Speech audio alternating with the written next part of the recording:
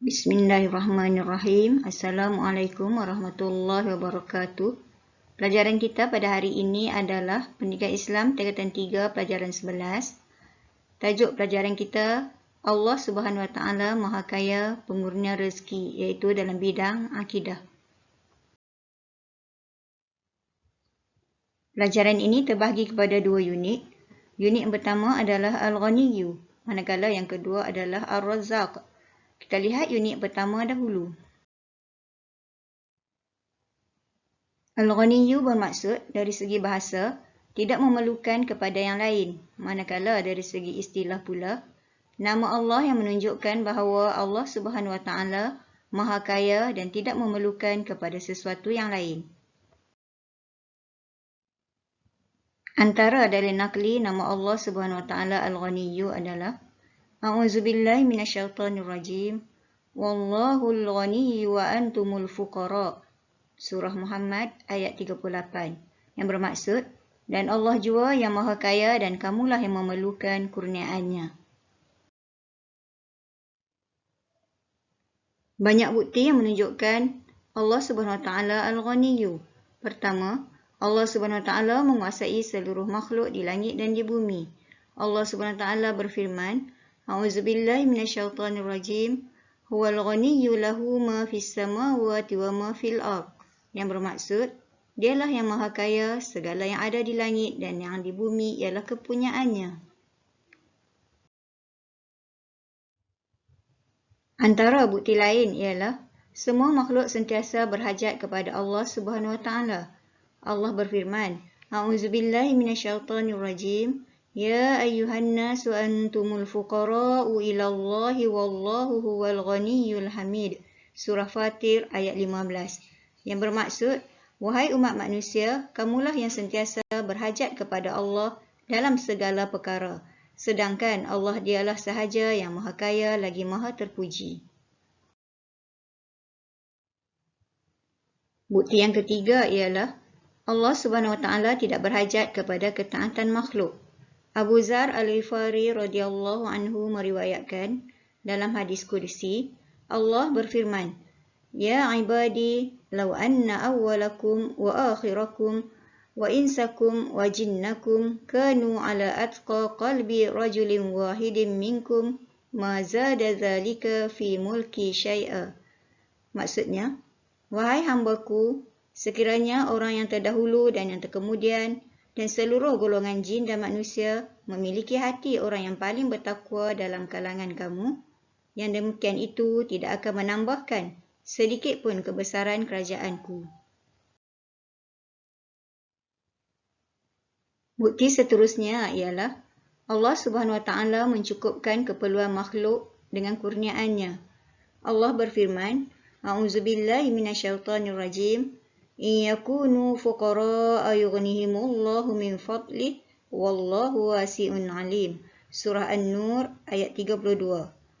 Bermaksud, jika mereka miskin, Allah akan memberikan kekayaan kepada mereka daripada limpah kurniaannya, kerana Allah Maha Luas rahmatnya lagi Maha mengetahui.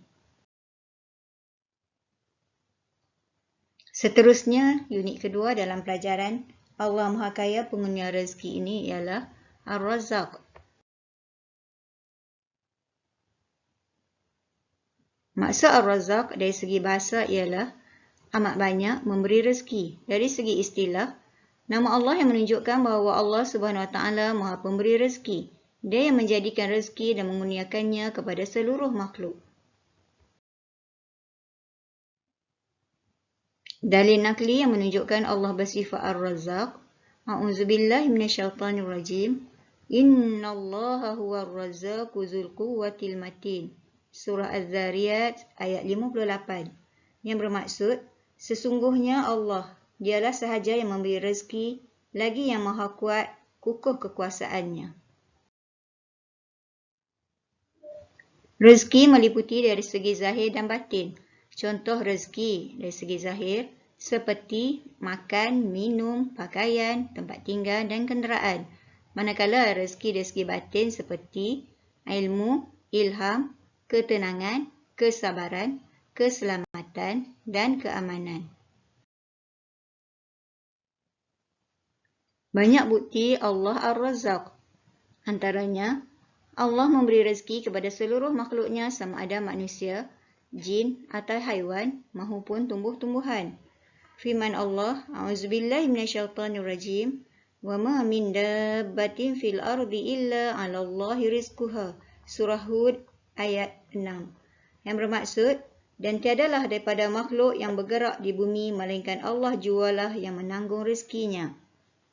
Justru walaupun Nabi Sulaiman alaihissalam dikurniakan kerajaan dan kekayaan melimpah ruah, namun baginda tetap bersyukur dengan berkata, Hadza min fadli Rabbi, yang bermaksud, ini ialah kurniaan Tuhanku. Bukti yang kedua ialah Allah SWT berkuasa melapang dan menyempitkan rezeki hamba-hambanya.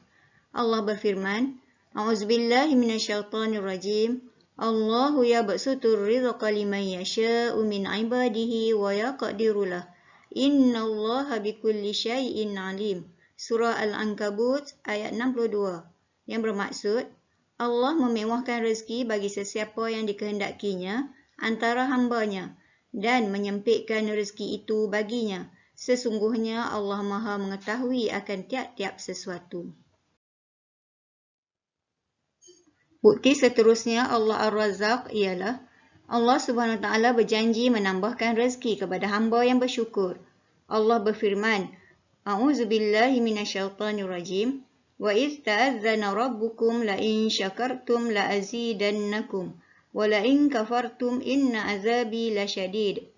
Surah Ibrahim ayat 7.